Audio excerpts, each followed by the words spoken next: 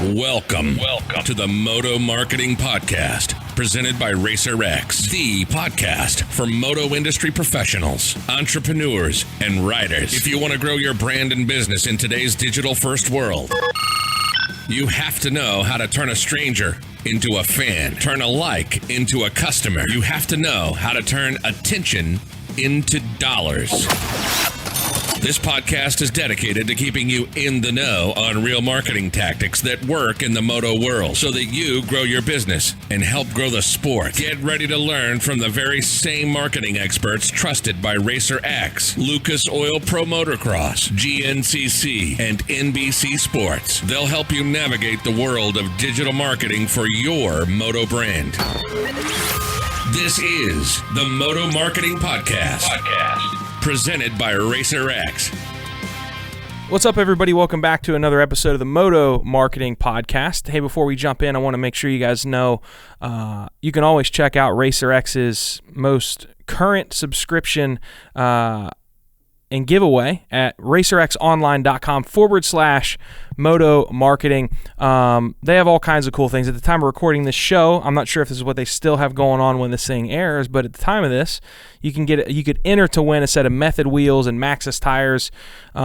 That's a value of up to $2,500, and you can do it at racerxonline.com/moto marketing. Hey, we've got a guest for you today that I think everybody's going to be excited to hear about because he took the moto industry by storm when he was a guest on Mathis's show on Pulp, and I got an introduction to him and got to know him a little bit over the last couple weeks, and invited him on the show, and he was kind enough to give us some of his time. We got Billy Grotto from Twisted Tea joining us today, and somebody that I'm excited to have on to talk about a brand that we're all very excited to have in the sport, why they came into the sport, what are some of the things that they're focusing on in the sport. That's what we're going to dive into today. So, Billy, welcome to the show, man. I'm excited to have you on and chat with us.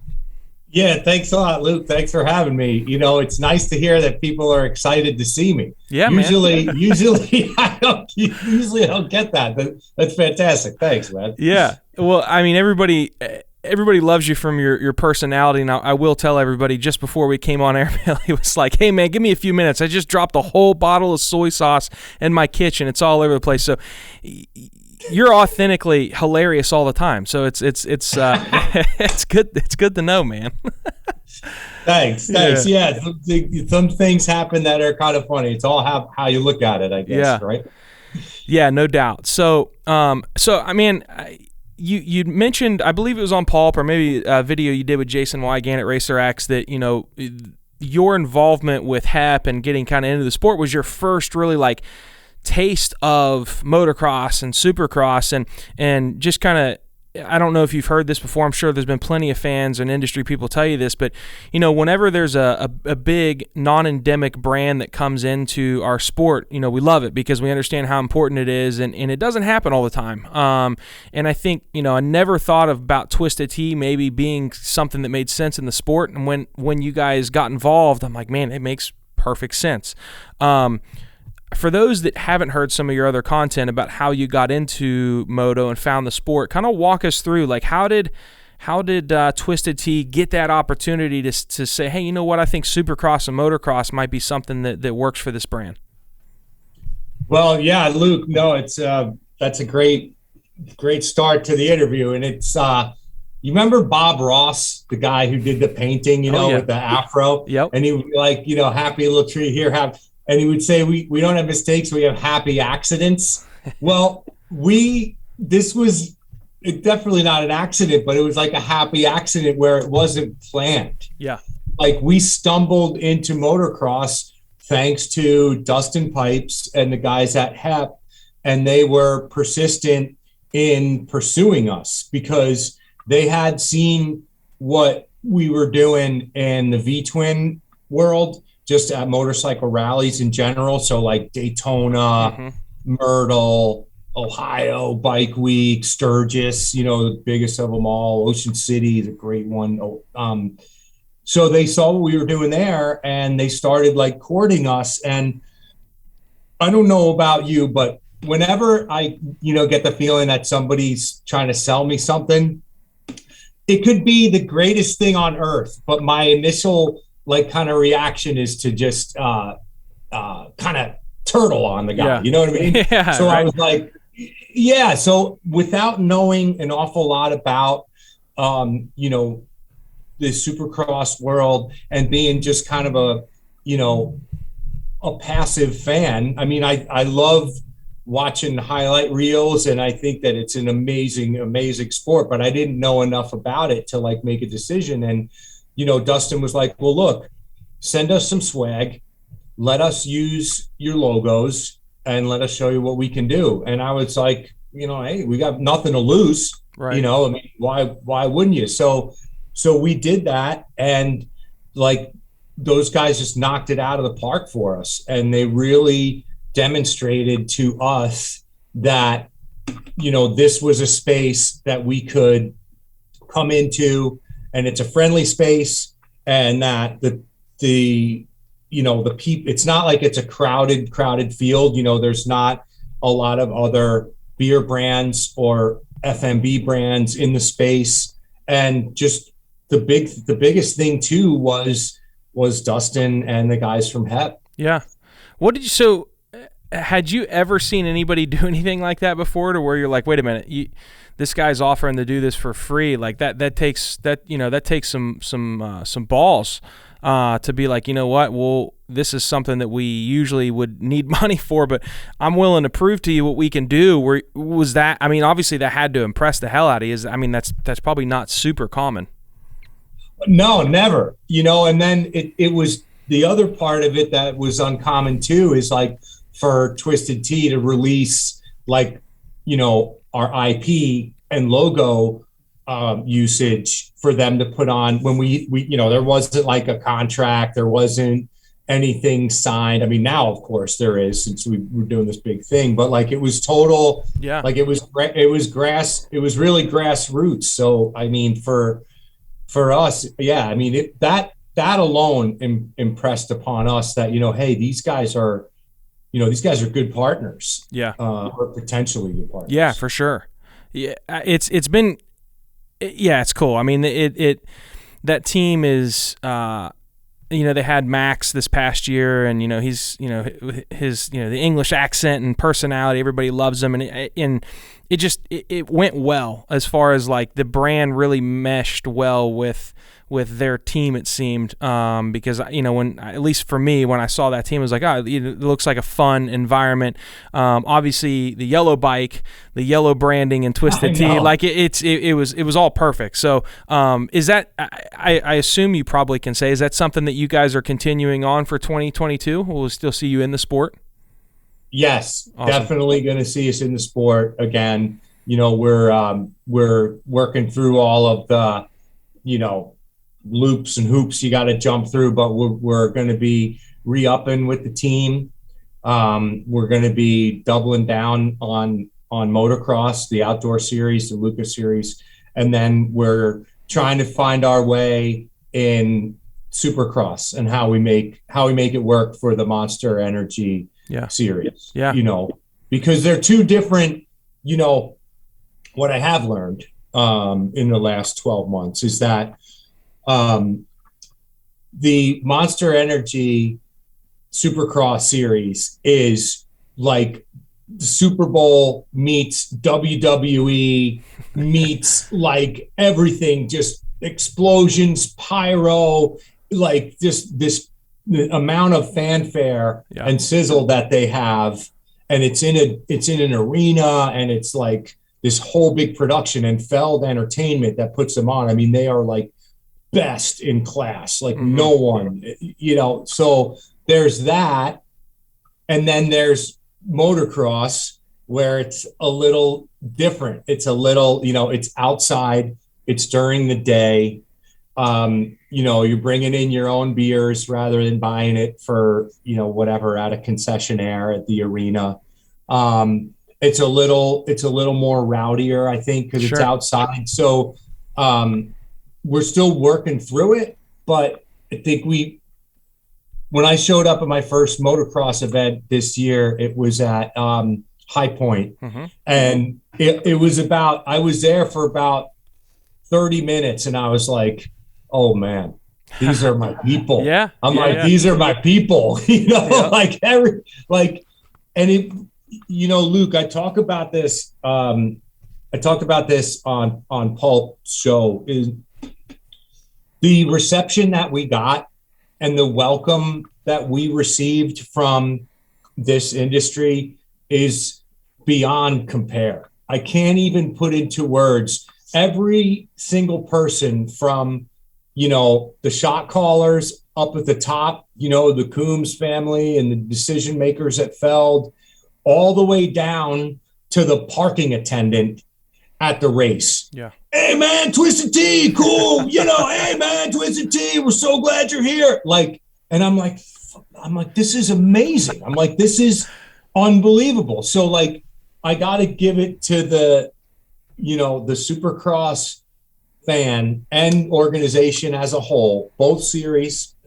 You guys really know how to make a non-endemic sponsor feel welcome. I think, man, we're so passionate about. I mean, I own a marketing company that works in the sport, but it's because I grew up the biggest fan of the sport. So obviously, if I'm going to start my own business and it becomes successful, I want it to be working with people that I'm passionate about. So speaking as a fan, not as an industry person, we're so passionate about our little thing, and we want it to have the best chance of success, so that when we know we're not, NASCAR, we're not NFL, we're not MLB and all this stuff, we're not the Tour de France. And when we see a non-endemic brand that is of that caliber, to where nobody would be shocked to see Twisted Tea at NASCAR or at NFL, when we see those types of people come into this sport, that is one really cool thing, is we're so, just the fan base is so appreciative, because we want our sport to have those opportunities. So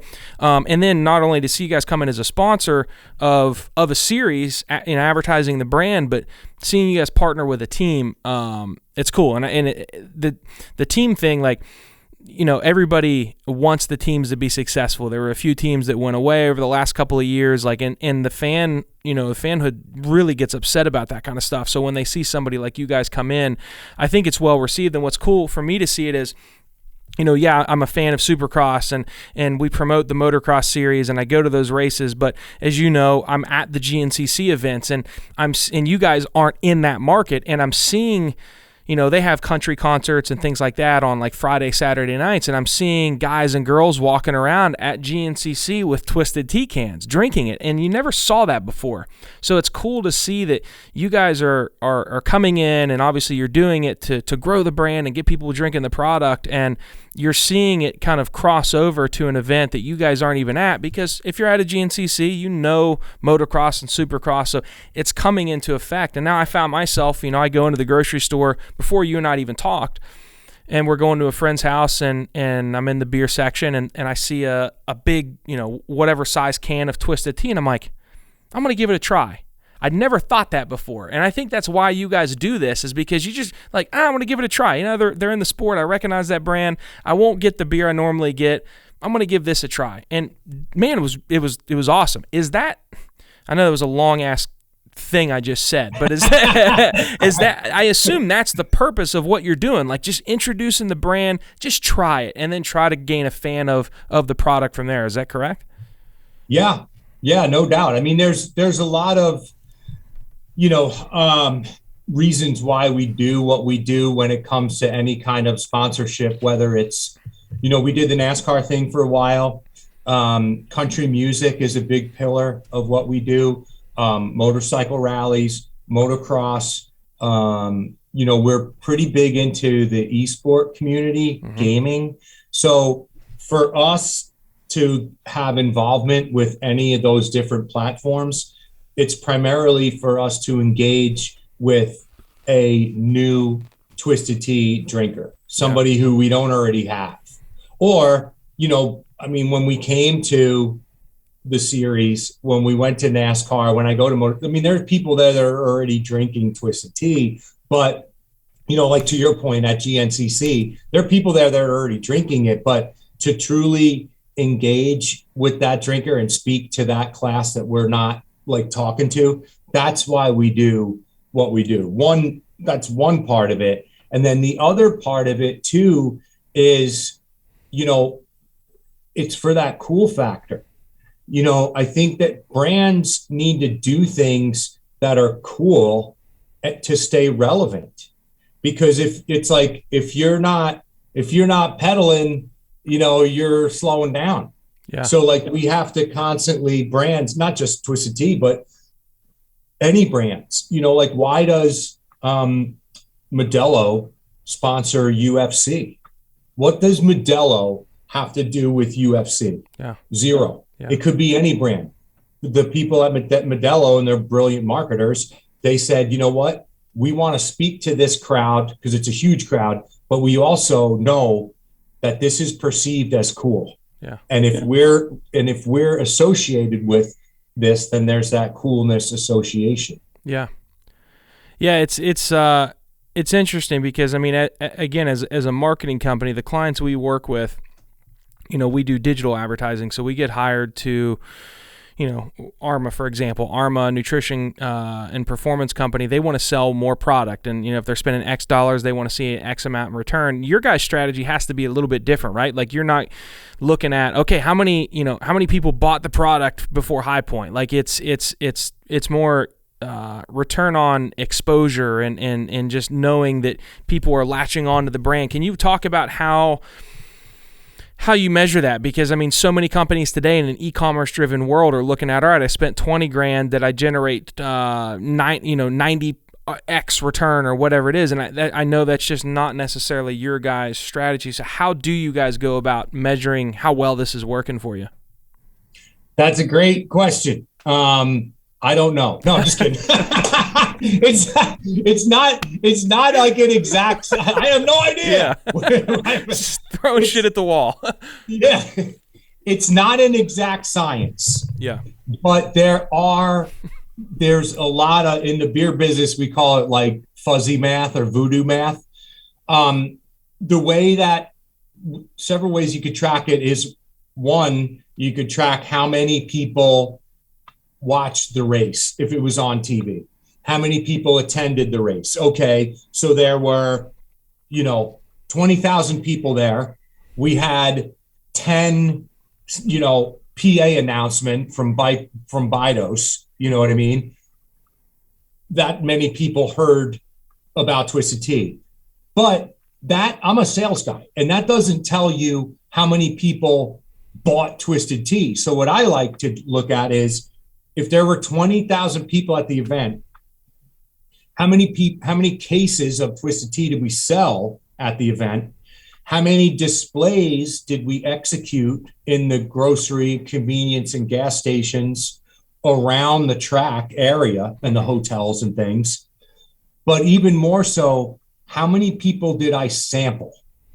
Yeah. So if there's 20,000 people and I sample 2,000 of them, that's 10% of the people there. That doesn't, for one day, that's not terrible. And then when I figure out the number of people that I sampled, sorry, I'm getting into the weeds here. I did this on Mathis's show. No, too. This is good, and man. I went like total inside baseball. It was like, hey, that's why people listen. The people that listen to this show are interested on the business side of it. So please go into as far into the weeds as you want. So once I have the amount of cases that I sold, the number of people that I sampled, I look at what I spent for that event. So I take what I spent at the event, then I subtract what we sold, because that's profit, right? Then you get the base number of what it costs to be there. And then I take that number and I divide it by the number of people I sampled. And usually we strive for, at my events, anywhere between $3 and $5 a sample, right? And that's for my V-twin activations. That's for motocross activations. But in contrast, let's say Twisted Tea, Modelo, any brand went to the Daytona 500, right? And they paid, $100,000 to be there, right? For their activation in the fan zone, for the ad on the TV, for the, the logo on the track, whatever. And let's say they sampled 1,000 people. You know, Yeah.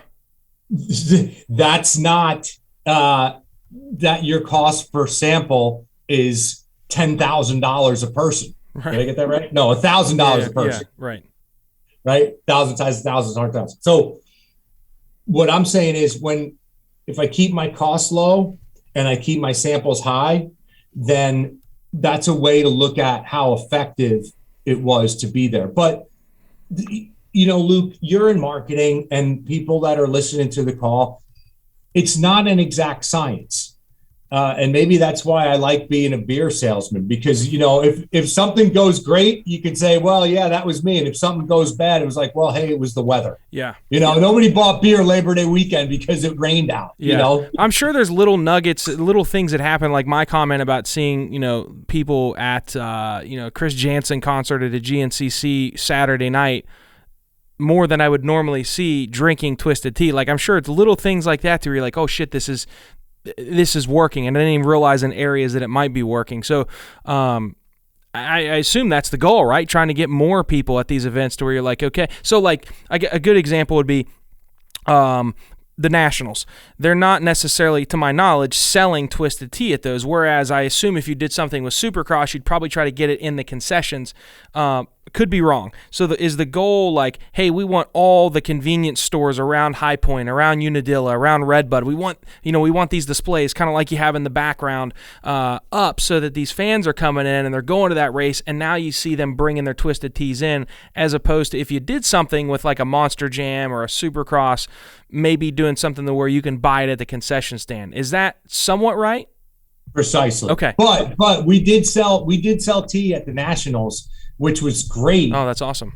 Because every of all 4 races, we sold every last drop of tea. Like that, like it wasn't like, hey, what are we gonna do with this extra tea? It was all gone. Like we drank the bar, like the fans of they drank the bars dry at the Nationals this summer. But yeah, that's exactly what, you know, and again, we talked about there's different metrics. So there's like the music and the math. Mm-hmm. You know, I got to feel that this is working, but I also have to bring the math back to the corporate office and say, you know, look, this is how many people attended the races. This is how many people watched on television. This is the circulation of Racer X, right? And like all those metrics, but really it's about a feel. Yeah. You know, and if it feels right, it probably is. Yeah. Yeah, no doubt. Yeah. So talk to me about the difference of crowds. Like you're going to some of the biggest motorcycle rallies in the country, and then you're coming to the biggest stage for dirt bike racing. What's the difference in those? Like as far as the people you meet, and I'm sure a lot of similarities, but there's got to be some massive differences, and I'm sure you probably got some pretty good stories that you can and some you can't say on air. But what's that like as far as the difference in people you come across? Well, the biggest difference between the V-Twin rallies and then the motocross events we went to, the biggest difference in the people would be their arrest records and length of time on probation. That's awesome. How many times you've been in jail? Yeah. You know, that's the biggest difference. That's awesome. No, I mean, the biggest difference clearly is age. Yeah. Right? So at the V-Twin rallies, you know, Daytona and Sturgis, and I love them. I mean, I've done so much there in that space, and I'm so proud of the work that we've done with them. We're not going anywhere. However, everybody realizes that, you know, that demographic is aging. And there's not a lot of younger guys coming into V-Twins because Harleys, you know, they're kind of priced a little higher for a millennial or a Gen Z or whatever. So age would be the first one. And the other thing that I love about the Nationals that we were at this year, no one, you know, when you go to a V-Twin motorcycle rally, you know, it's almost like a Star Trek convention, except everybody's wearing leather jackets. Instead of giving like the Spock, you know, like, you know, So like whatever the convention is, I don't care if you're into quilting, motorcycles, fishing, Star Wars, Star Trek convention or Comic-Con, everybody dresses up and they get into that costume for the weekend. You know what I mean? And that's totally cool, man. I got my hobbies. Everybody's got them, whatever. At Motocross series this summer, people just were 0 F's given. You know what I mean? They just come, it's like a come as you are. Yep.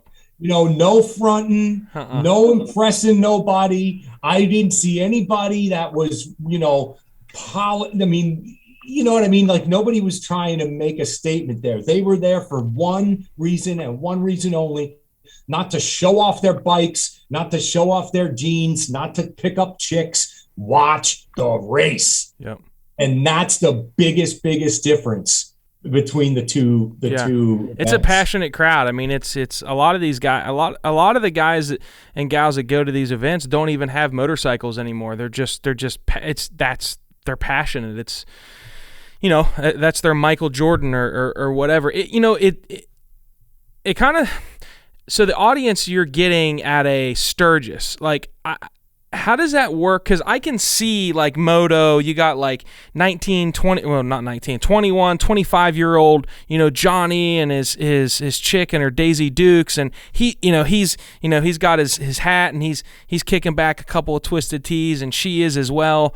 How does that work at a rally? Because I just don't see the big 250-pound guy that looks like he can choke me out drinking a Twisted Tea. To me, it's a fun, young, hip brand. Is that why you're also at those rallies, is you're going after that younger audience is there? Or am I completely wrong and you do have, the older, serious guys to where they're not reaching for the thing that's going to taste the worst when it's going down. They're reaching for the thing that's fun and lively like Twisted Tea. I always kind of found that interesting. Well, I'm glad you asked that, Luke, because it's been a phenomenon to us as well for Twisted Tea.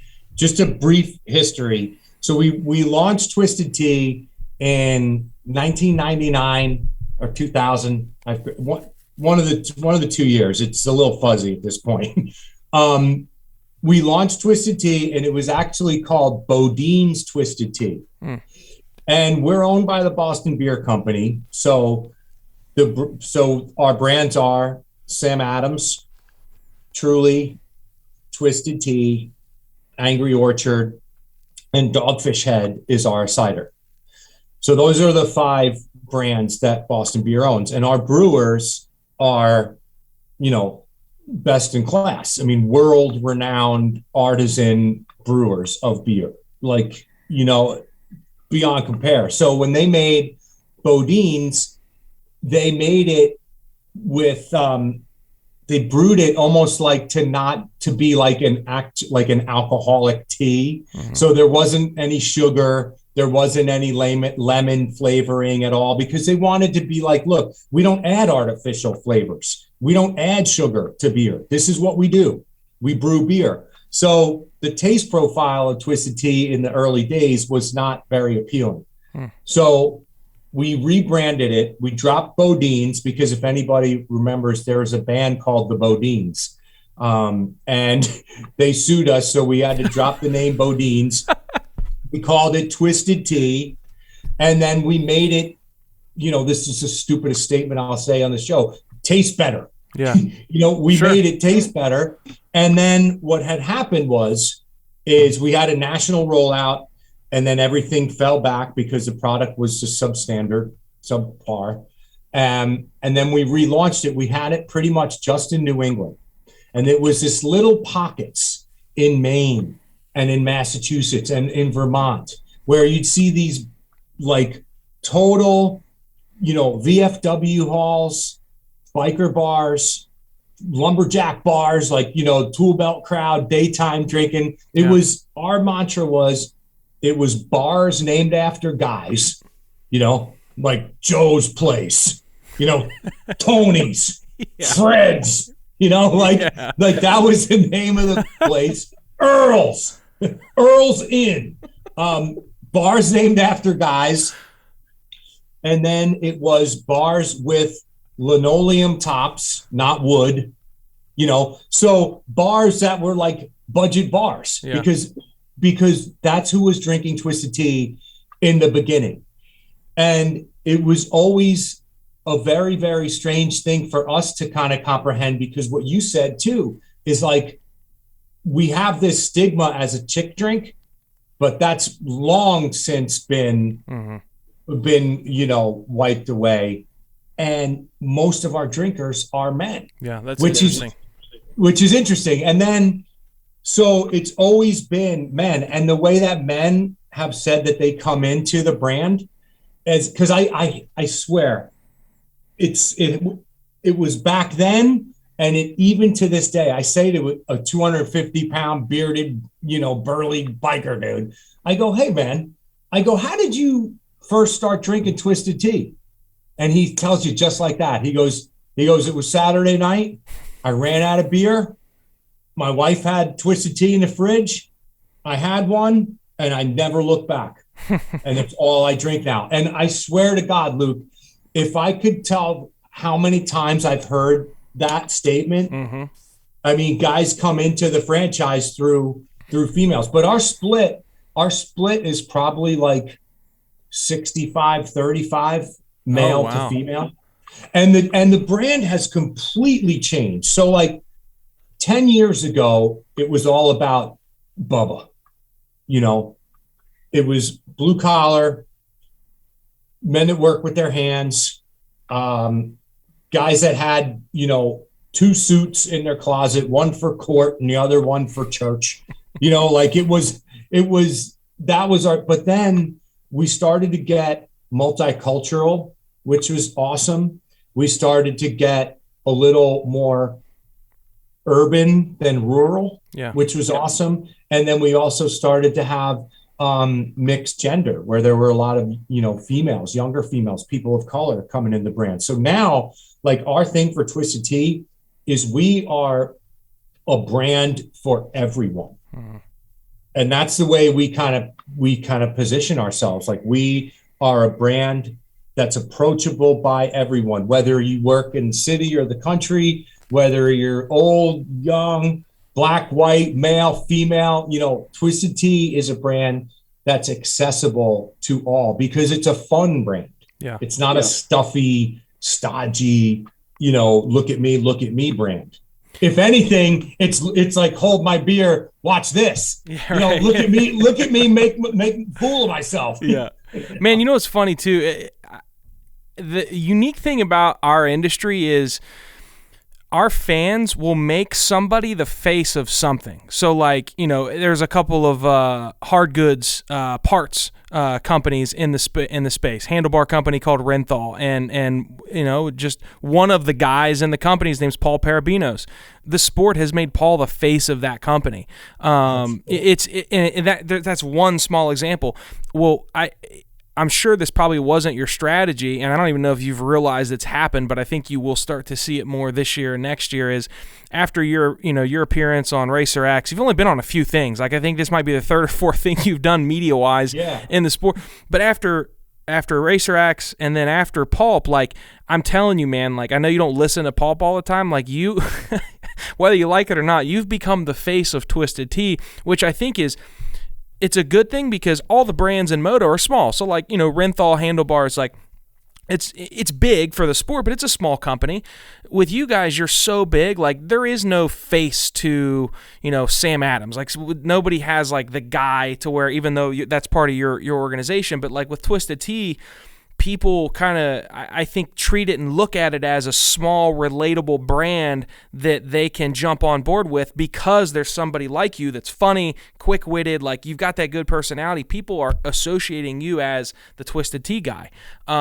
So whether you realize that or not, like, that's something that you guys probably can capitalize on, because even just your market research, to where you talk about, we were going into bars named after guys, Fred's, and like, you really give a shit about learning who the customer is. And as it's changed over the years, you talked about the motocross customer. Like, I feel like you guys also try to approach it with that small company that you can relate to type of a feel, and it seems to be working. So I find that super interesting, and it's cool to see. Well, thanks. I mean, I'm glad you noticed, because, we certainly notice. And one of the things, I've been so fortunate and blessed beyond belief in my career at Boston Beer Company, because me doing the motorcycle, the V-twin world for the last, 11 or 12 years, I was the face there, because, somebody puts a microphone in front of your face, and next thing you're doing an interview. Or, the photographer, Michael Lichter, who's a great friend, is taking photographs for Easy Rider. And the next thing you know, like, there's me on the Twisted Tea bike in Easy Rider. And then you see me at the event, and it's like, hey, there's a Twisted Tea guy. And it happened organically, which is, I always say this, the best things, I think, are the ones that happen by accident. Yeah. We didn't sit in a boardroom and like, okay, we're going to make Billy the face of the brand. It wasn't like that at all. It was like, it just happened just naturally. Yeah. And the same thing is happening now in the dirt world, which is killer. And then now, which is even more fun, they have me and Tank, my dog. He's there. He is on the wall. Okay, that's Tank. That's awesome. Yeah, that's Tank. He's I don't know where he's at. He's a funny dog. Tank, what are you doing, buddy? Is Tank a bulldog? Tankman. Huh? What is Tank? A bulldog? Yeah, he's a French bulldog. Tanky. He's like, you don't have no food. He's like, you ain't got no food. So now they've got me and Tank in the TV spots, which is the coolest thing ever. Like, Luke, we're in there for like a second. If you blink your eyes, you'll miss it. But I can tell you with a degree of certainty every time that spot airs, because I'll get a text from my next door neighbor, or I'll get a text from somebody I went to grade school with. Yeah. Dude, I just saw you on TV. Yeah, right. You like, and your dog. That's cool. And it's the coolest thing, because people, like, I'm a big music fan. I'm sure you are too. Mm-hmm. I'm sure many listeners are. Imagine if you got to be able to meet, Eddie Van Halen. Mm-hmm. It was like, hey, man, there's a Van Halen guy, and if we could create these things that aren't like, I'm just a guy. Right. I'm a beer salesman. Eddie Van Halen's a guitar player. Yeah. Jennifer Lopez is a singer. Tom Hanks is an actor. That's all they are, but we're all people. Mm-hmm. We're all just people. So like, if we make it relatable to one another, you know what I mean? Then it makes it like, holy, I just hung out with the Twisted Tea guy. And I'm like, brother, I'm just a guy. Yeah. And I'm saying to myself, I just got to hang out with a Twisted Tea drinker. Yeah. This is the coolest thing ever. And I got to hang out with this guy, and he drinks my product and he loves it and he's cool and his friends drink it. So like, I'm equally as excited to be the face of the brand as people are to meet me and hang out with me. Man, it's cool. You seem like you're passionate. I mean, you've been with Boston Beer Company for how many years? God, it'll be in November. I think it'll be 23. Wow. I mean, you genuinely seem like you love your job and what it involves. Like, every time I've ever seen you or spoke with you, just happy, smiling. Like, it's cool that, it seems like you really enjoy what you're doing and interacting with fans that of the product, which is neat. Well, I'm lucky in that regard, because, it's not like I'm selling shoe polish. Right. Yeah. Like beer is fun to sell. Yeah. Especially when you have a fun brand, especially when you have a good product. And I'm not saying that because I work there. Like, the products that Boston Beer Company makes are high quality. I've never had anybody take a sample of Twisted Tea and spit it out. Mm-hmm. You know what I mean? That they might say, oh, it's interesting, or I might say, oh, I'm not really a tea guy.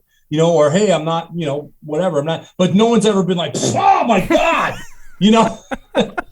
So there's that, but like, for me, and it's like, I look at these things and it's like, life is too short, where if you're not having fun, like if you don't have the best job, the best friends, the best hobbies, the best, then get one. Right. Like if your job sucks, get a new one. Yeah. If your cell phone service sucks, then get a new one. Like life is too short to suffer through any kind of adverse, lousy, crappy situation that we have choices today. Yeah. 100%. And I'm just lucky to be in a place where I don't have to make a choice, but I'm passionate about it because I love what I do. And when I meet people, and you meet people too, when they're just just shuffling their feet, kind of in the drift, and it's like they're not passionate about what they do for a living or what they whatever, and it's sad because man, life is short, man. Yeah, 100%, man. It's 100% true. I mean, you gotta. that's the cool thing about working in this. That's why we work in this industry. We used to work with law firms, hospitals, real estate, like you name it. And the reason I was like, I'm tired of chasing stuff that's just a heartbeat in a wallet. If I'm going to do this every day, because it's not easy, I want to do something that I'm just passionate about. So, and this show, I don't get paid a dime to do this show, and it takes time out of my day. I've got a full-time employee back here behind the camera. Shit's expensive. I do it because I enjoy it. I get to meet really cool people like you that are passionate about your job. Yeah, man, 100% agree with you.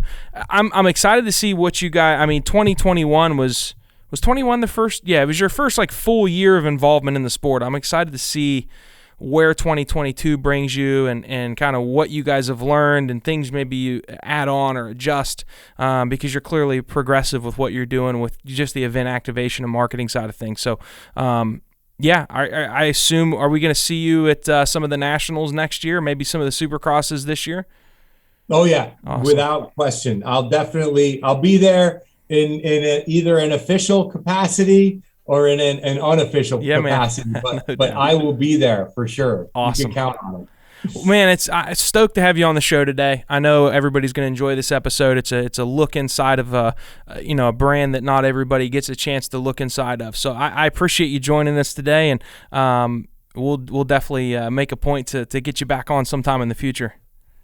Yeah, I hope so, Luke. Thanks for having me. And, for everybody out there, if you've never tried Twisted Tea, it's brewed tea with alcohol in it. Same alcohol that's in beer. It's non-carbonated. It's 5%. It tastes great. And every can gets me closer to retirement. That's so right. Go out there and buy one can. Yeah. Just one. Absolutely. Yeah, 100%. I agree. It's good. I've tried it myself. It is damn good. And I will absolutely have it again. So it's Moto Marketing Podcast approved for whatever the hell that's worth. Nice. Awesome, brother. Thanks, I appreciate it, man. All right, man. Keep it twisted. Thank you for listening to the Moto Marketing Podcast. If your goal is to get real, measurable results from your marketing that will grow your company revenue, then check out how Impact Media can get the same results that they have for Moto's most iconic brands by visiting thinkimpact.com. That's THINKIMPAKT.com. Have a marketing question that you want answered on the show? Send your questions to questions@motomarketingpodcast.com. Don't forget to rate, review, and subscribe to the podcast. And we'll catch you on the next episode of the Moto Marketing Podcast.